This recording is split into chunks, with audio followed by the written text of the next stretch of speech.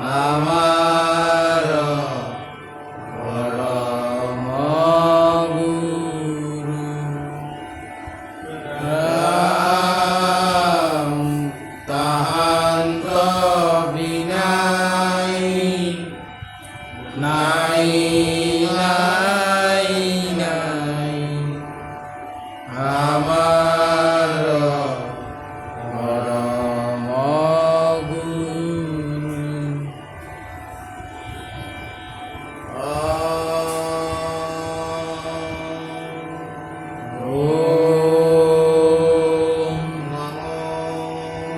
নমো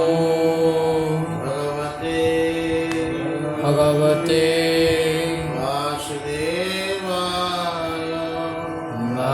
বাসুদেবায়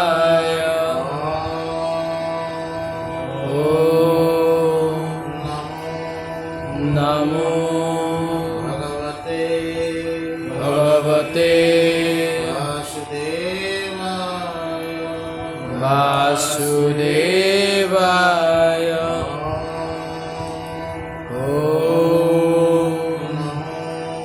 নমো ভগবতে বাসুদেবায়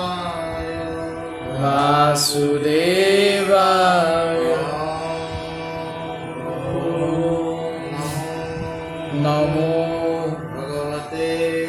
ভগবতে বাসুদেবায়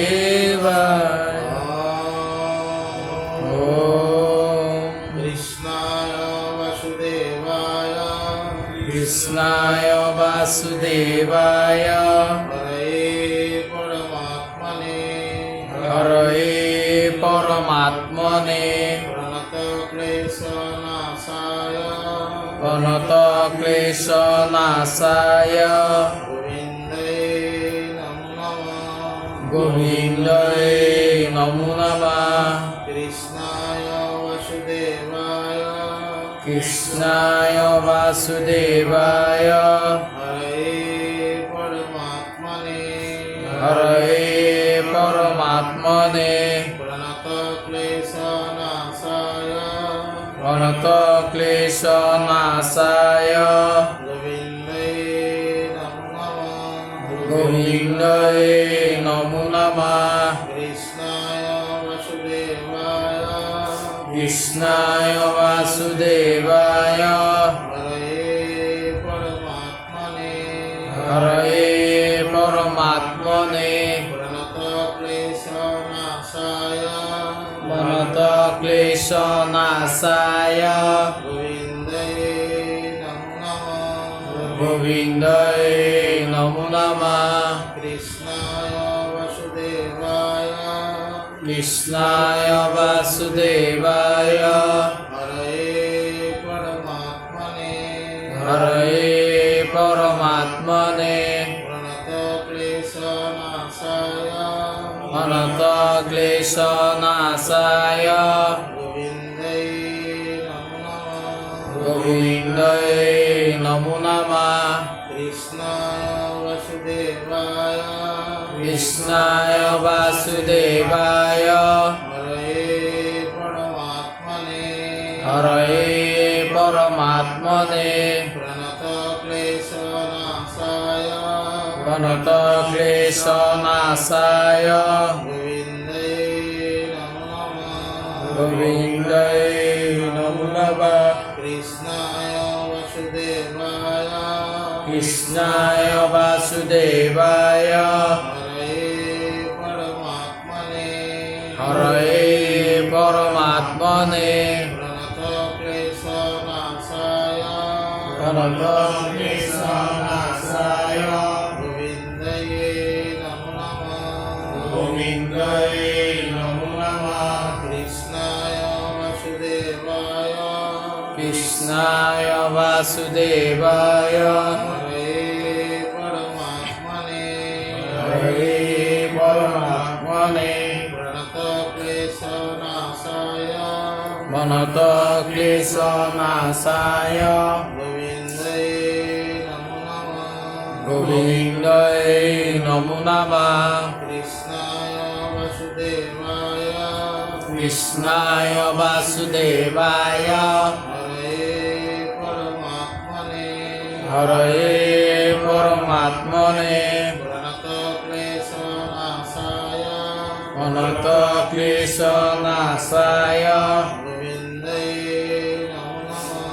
गोविन्दाय नमो नमः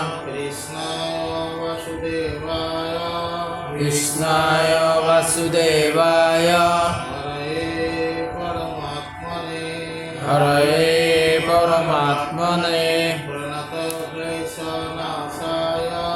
प्रणतक्लेशनाशाय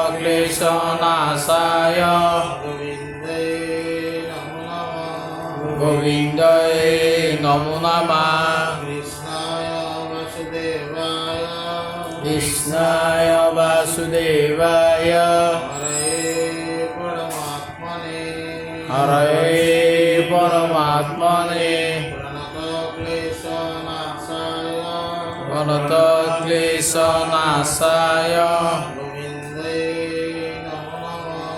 गोविन्दाय नमो नमः कृष्णाय वासुदेवाय हरे परमात्मने प्रणतक्लेशनाशाय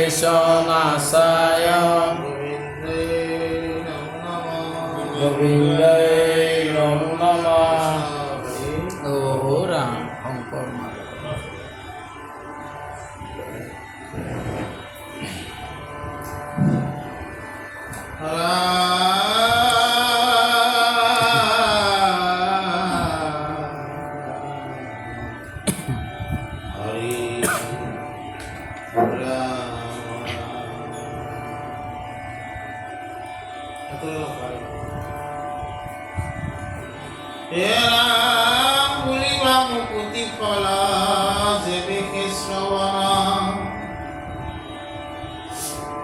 কলহেৰি কৰা কেন সাধনে যতন শুনিও কয় উত্তৰ ইহাৰ কৃপাময় কেৱল মংগল ৰূপ প্ৰযোগুণ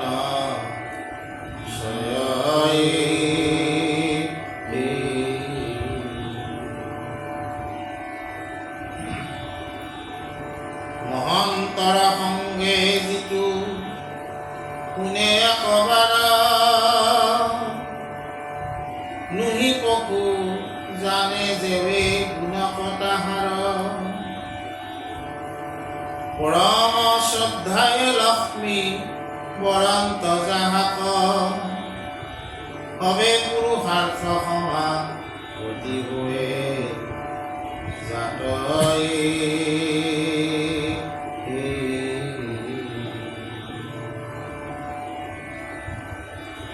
যা নিজ সমাত্ৰ লক্ষ্মী বৰন্ত সাক্ষাৎ এতেকে মুকুতি এৰি ও ৰাম হবে পুৰুষাৰ্থ সমাপতি হৈ জাত এতেকে মুকুতি এৰি খুজিলো শ্ৰৱণ তৈলো এহি মানে পৃথু ৰাজাৰৱ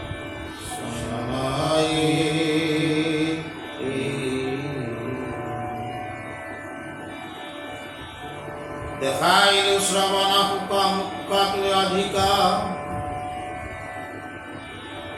হে ৰাম নোখোজে মুকুতি যিটোৰ শ্ৰৱণৰ ৰসিক শ্ৰৱণৰ মহাসুখ মুকুতিত নাই মুখ্য আদি কৰি সুখ শ্ৰৱণত পাই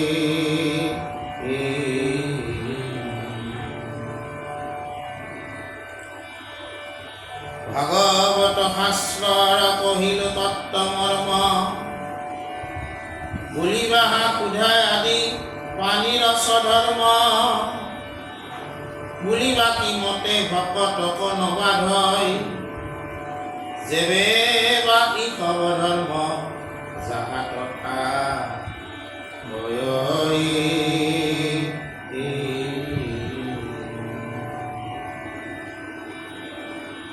হইবে কেন মতে তাত শ্ৰবণৰ সুখ নাহি মুকুতিত ক্ষুধা আদি একো দুখ শ্ৰবণত কৰি শ্ৰেষ্ঠ এতেকে মুকুতি বুলিবা শ্ৰবণ শ্ৰেষ্ঠ কমন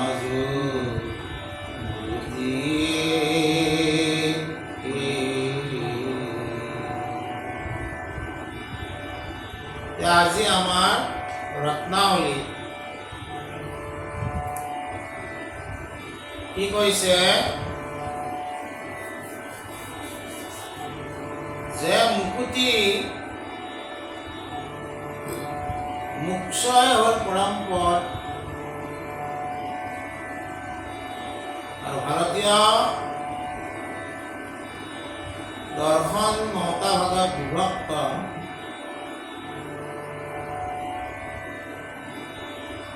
তারা আত্মা দর্শনে মুক্তিক গুরুত্ব দিছি একমাত্র সার্বাক দর্শনে দিয়া নাই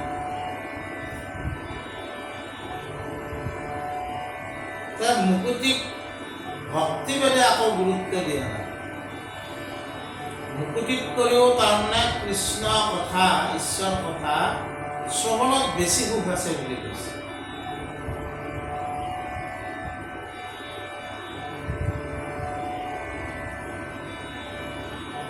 কাৰণ কিয়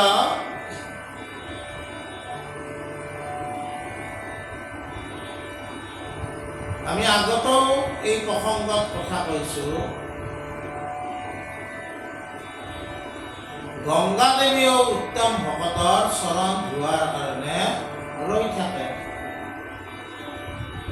আৰু ভগৱন্ত ভাৰ্যা লক্ষ্মীকো পৰম ঐশ্বৰ্যৰ গৰাকী তন্ত্ৰ বুলি কোৱা হৈছে ত্ৰৈলোক্য ঈশ্বৰী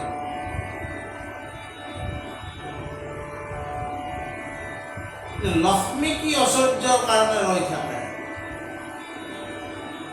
লক্ষ্মীৰ পৰা আমি পালো ধন ঐশ্বৰ্য লক্ষ্মীয়ে কি বাঞ্ছা কৰে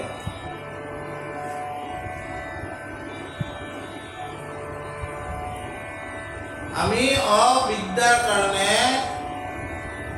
এই অশাশ্বত ধন ঐশ্বৰ্যকে আমি সত্য বুলি সেইবিলাকে আহৰণ কৰাত আমি জীৱনটো অতিবাহিত কৰোঁ যিবিলাক লক্ষ্মীয়ে আমাক দিয়ে লক্ষ্মীয়ে কি ধনৰ কাৰণে ৰৈ থাকে এইটো হ'ল নাম ধন কোনে দিব পাৰে মহন্তসকলে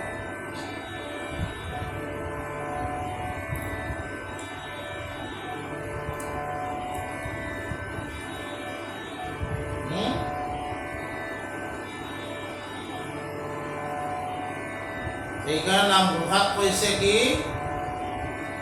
ভাৰত ৰত্নৰ দীপ মনুষ্য শৰীৰ নৌকা ৰাম নাম মহাৰত্ন সাৰ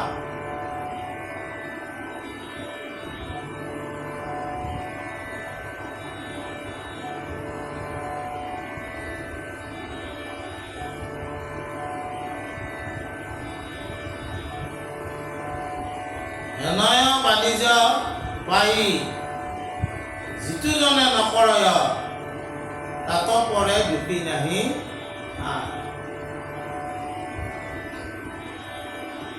লক্ষ্মীয়ে সেই ধন যাৰ ওচৰত থাকে অৰ্থাৎ মহন্ত নাম ধন সেইজনক আদৰ সাদৰ কৰি বৰিবলৈ ইচ্ছা কৰে আৰু আমি যিবিলাক ধন আশা কৰোঁ সেই ধন লক্ষ্মীৰ হাতত বহুত আছে নাম ধন থকা মহন্তক লক্ষ্মীয়েও আদৰ সাদৰ আৰু বৰিবলৈও তেওঁ ইচ্ছা কৰে যদি মুকুতি আমি লাভ কৰোঁ এই নাম ধন থকা মহন্তৰ কথা আমি কেনেকৈ বুজিম সেইকাৰণে ভক্তিবেদত মুকুতিকো উপেক্ষা কৰা হৈছে আৰু কি কৈছে এই ভাগৱত শাস্ত্ৰৰ তত্ত্ব ইয়াতে লুকাই আছে।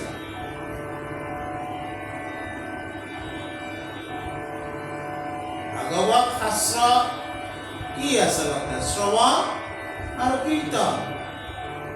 লোকে কীৰ্তন কৰি আছে, পৰীক্ষিতে শ্ৰৱণ কৰি আছে। আৰু শ্ৰৱণ কৰোঁতে কৰোঁতে পৰীক্ষিত মুক্তিৰ অধিকাৰী হৈছে কি নাই? এনে মুক্তিৰ অধিকাৰী হৈ গৈছে।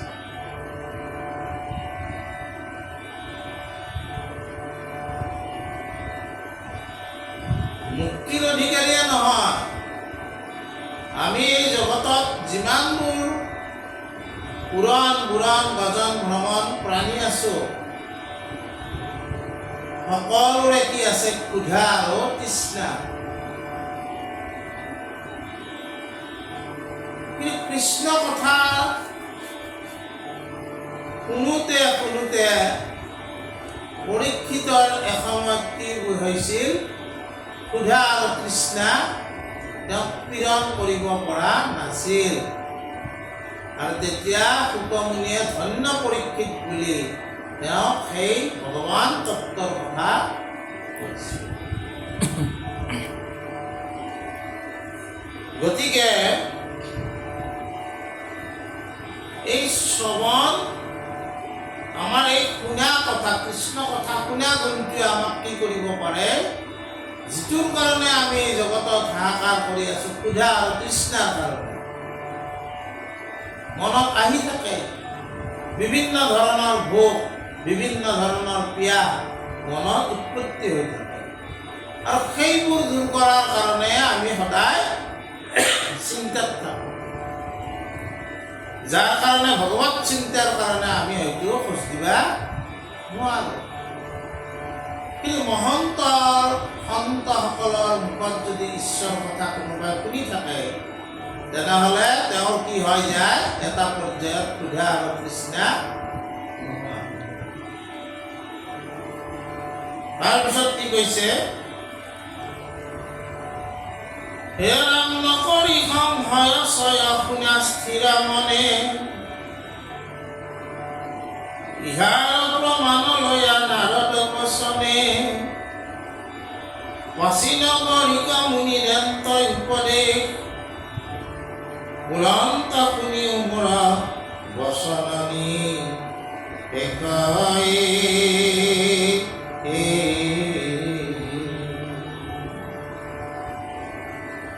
সাধু সমস্তৰ সংকলইবা যত্ন কৰি,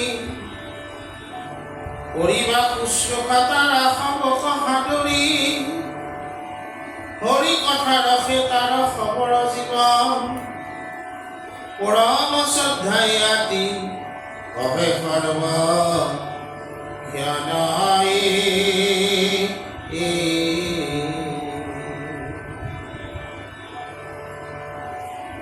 এই সংকল্পত শ্ৰৱণতে যে আনন্দ আছে, ইয়াত সংশয় নকৰিব।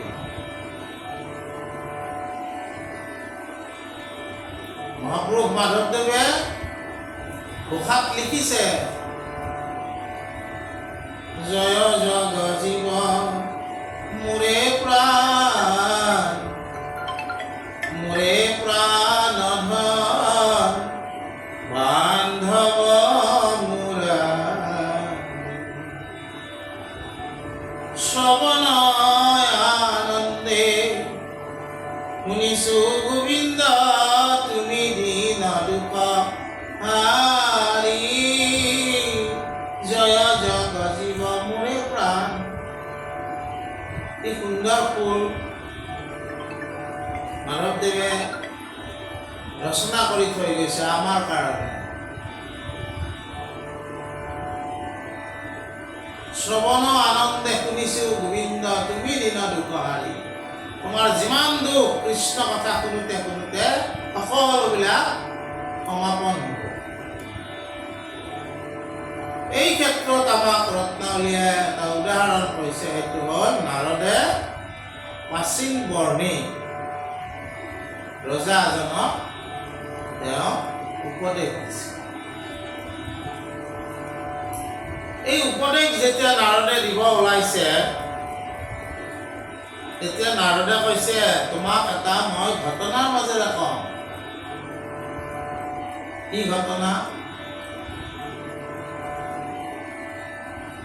এজন পুৰঞ্জন নামৰ মানুহৰ কথা কৈছে, আৰু তেওঁৰ এজন বন্ধু, তেওঁৰ নামটো হ'ল অবিজ্ঞা। নামবিলাক মনত ৰাখিব লাগে, পুৰঞ্জন আৰু অবিজ্ঞা, দুজন বন্ধু।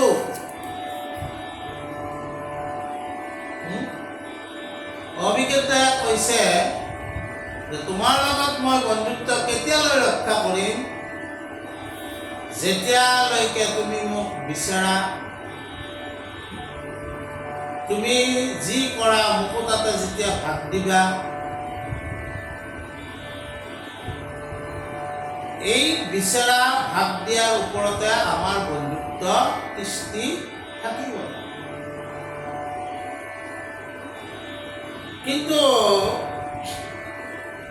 দুইজনে একদিন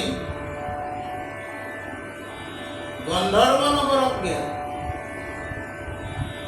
গন্ধৰ্ব নগৰত বৰ সুন্দৰ মহিলা এগৰাকী দেখা পোৱাৰ লগে লগে মহিলাৰ প্ৰতি পুৰঞ্জনৰ আসক্তি জন্মিল।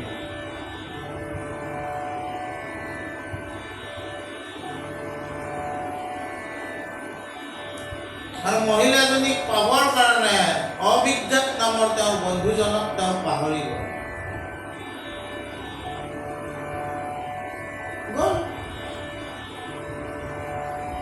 মহিলাজনী তেওঁ লাভ কৰিলে, বিয়া কৰালে, বুজা না?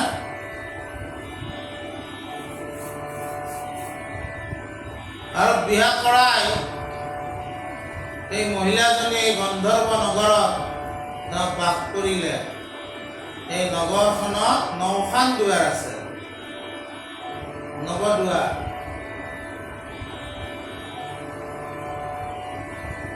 কিন্তু এসময়ত সেই নগৰত চন্দ্ৰবেদ নামৰ এজন বেলেগ ৰজাই আক্ৰমণ কৰিলে।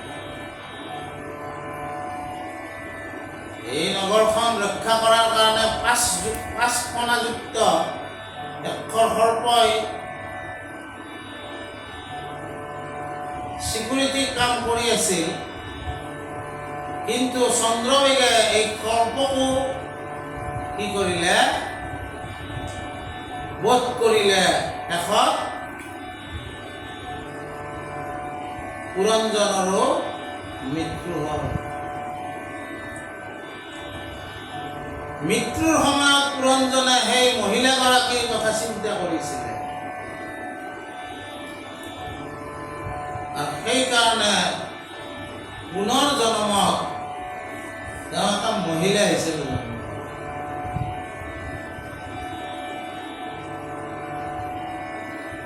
তাৰপিছত তেওঁৰ গিৰিয়েক মৰিল। পুৰঞ্জন মহিলা হিচাপে জন্ম পালে। এই মহিলাজনীয়ে গিৰিয়েকৰ লগত চিতাত একেলগে উঠিবলৈ ইচ্ছা কৰিলে। গিৰিয়েক নাথাকিলে মোৰ কি লাভ আছে? তেতিয়া এওঁ বন্ধুজন আহি পালে, অবিজ্ঞা। মহিলাৰ যদিও অভিজ্ঞতা চিনি পালে, এইজনে পুৰঞ্জন। এই পুৰঞ্জন, তই দেখোন 3 মানুহৰ ভাও লৈছ। তাৰপিছত গম পালে কথা, বুজি পাইছা না? গম পালে যে আচলতে সেইজনে পুৰঞ্জন। তেওঁ গন্ধৰ্ব নগৰত অভিজ্ঞতাক এৰিছিলে, তাৰপিছত তেওঁ বিয়া হৈছিলে, তাৰপিছত তেওঁ চন্দ্ৰবেগ নামৰ ৰজাই তেওঁক হৰুৱাই তেওঁক মৃত্যু ঘটাইছিলে। মহিলা হিচাপে জন্ম পালে। গিৰিয়েক মৰাৰ পিছত পুনৰ অভিজ্ঞতাক লগ পালে। ভাগৱততো ইয়াৰ কথা আছে। এইটো পুৰঞ্জন আখ্যান বুলি কৈছে। মই যে কৈছোঁ নামবিলাক মনত ৰাখিবলৈ, পুৰঞ্জন কাক বুলিছে? জীৱাত্মাক পুৰঞ্জন বুলি কৈছে। অভিজ্ঞাত বুলি যে কৈছে এইটো হ'ল পৰমাত্মা। আমি জীৱাত্মা বোলে পৰমাত্মাৰ লগত বন্ধুত্ব কৰিব লাগে, কিন্তু আমি পৰমাত্মাক পাহৰি এই গন্ধৰ্ব নগৰত, নাচ বাগানৰ নগৰত ঘূৰি ফুৰো।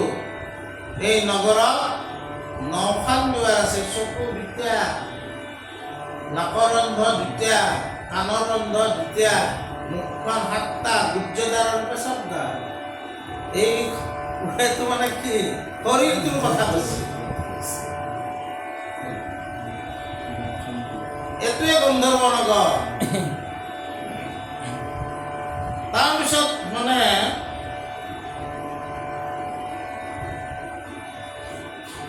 পাঁচ ফণাযুক্ত বুলি যে আমি ক'লো, সেইকেইটা হৈছে পাঁচ পঞ্চপ্ৰাণ। আমাৰ যদি কিবা অসুখ চসুখ হয়, এই পঞ্চপ্ৰাণে এটাৰ পিছত এটা প্ৰাণে বাচি থাকিব ইচ্ছা কৰে।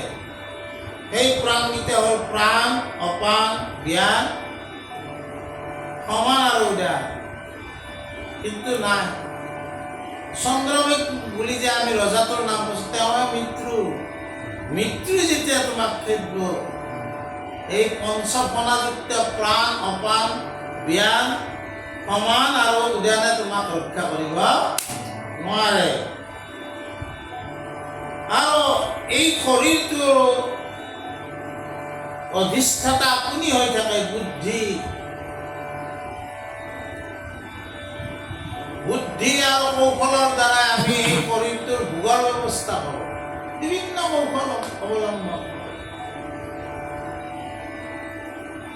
যাৰ ফলত নেকি কি হয়, আমি আচলতে জীৱাত্মাই পৰমাত্মাৰ লগত সম্বন্ধ স্থাপন কৰিব লাগে, কিন্তু সেইটো নকৰি আমি সেই অভিজ্ঞাত নামৰ যিটো পৰমাত্মা বন্ধু ক'ৰবাত গন্ধৰ্ব নগৰ পালি থৈ যাওঁ,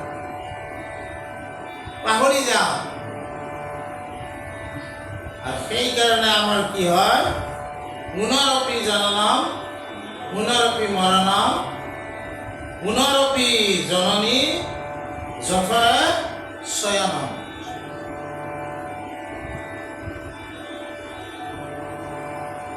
এই প্ৰাচীন বৰ্ণীৰ এই কথাটি নাৰদে কি ক'ব বিচাৰিছে যে এই পৰমাত্মা ভগৱন্ত কথা তুমি সন্তসকলৰ মুখেৰে শুনা। যি কথাই কি কৰিব, লাহে লাহে তোমাক পৰমাত্মাৰ লগত জীৱাত্মাৰ, গীতাৰ কথা যুগ বুলি যে কৈছে, যুগ জীৱাত্মা আৰু পৰমাত্মাৰ মাজত যুগ, এই যুগটো আমি এই জীৱনত ঘটাব চেষ্টা কৰিব লাগে। কেনেকৈ ঘটাব? ঈশ্বৰৰ কথা শুনোতে শুনোতে শুনোতে তোমাৰ ক্ষুধা তৃষ্ণাহে হ'ব। ক্ষুধা তৃষ্ণাহে হওঁতে তুমি এই তাৰমানে গন্ধৰ্ব নগৰত যাব লগা তোমাৰ কোনো কথা নাথাকিব। তুমি সদায় অভিজ্ঞাত নামৰ এই পৰমাত্মাৰ লগতে তুমি সম্বন্ধ কৰি থাকিবা, আৰু তেতিয়া তোমাক মুক্তিৰো কোনো প্ৰয়োজন। আজি ৰত্নাৱলী আমি এইখিনিকে আলোচনা কৰিছোঁ।